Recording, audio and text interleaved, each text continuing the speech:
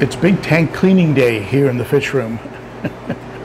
And the small tanks, they're pretty easy. You know, you siphon out a little bit, maybe do a little light vacuuming, maybe swap out the media or rinse out the media in a couple of the filters, the hang-on back filters, or maybe the sponges, you know, rinse the sponges. The big tanks, that's a different job. You've got to, in the case of my 210, I vacuum it because it's got pebbles that can trap a lot of waste, so I vacuum that one. This one behind me, I don't vacuum it much because it's pretty fine, so a lot of junk doesn't really get in there. But I still, from time to time, need to vacuum in areas that can trap detritus, like just spots that are a little quiet. In other words, they don't get a lot of water movement, and so detritus can settle there, like around the base of plants, things like that. I also rinse out the pre-filters, I top off the sumps if they need it. I swap out some sump socks if that's needed. So it's a much bigger job to clean these tanks, but the bigger tanks get a once a week top off, and then every other week they get like a 25%, maybe 30-40% water change.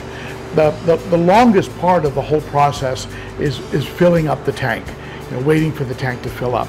I do condition the full volume of the tank before adding tap water, and I do add Vitachem vitamins to the African cichlid tank. I also add Malawi salt, which is basically trace minerals that try to emulate the minerals that are found in Lake Malawi. And I think that helps with color and activity level and all that good stuff.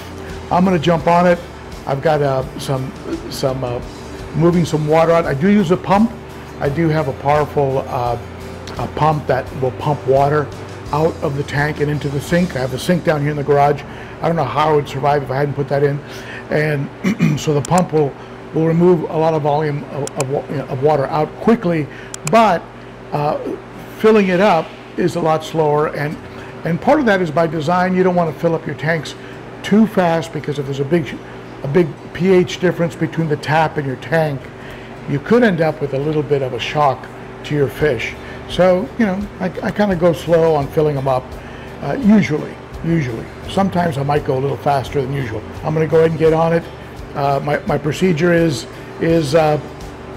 clean the glass, clean the panels of the glass, right, with a float, with a magnet float, and then go ahead and do any work to the substrate that needs to be done, like churning over rocks that maybe have a little bit of algae growth on them.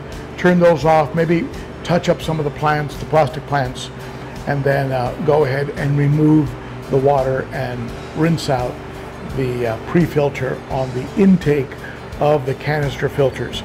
I have a FX6 and a sump on this, and I have a Sun 704B and a sump on the 210. So there you go. I'm going to be at this for probably an hour and a half, maybe 2 hours. So I'll see you later. Bye-bye.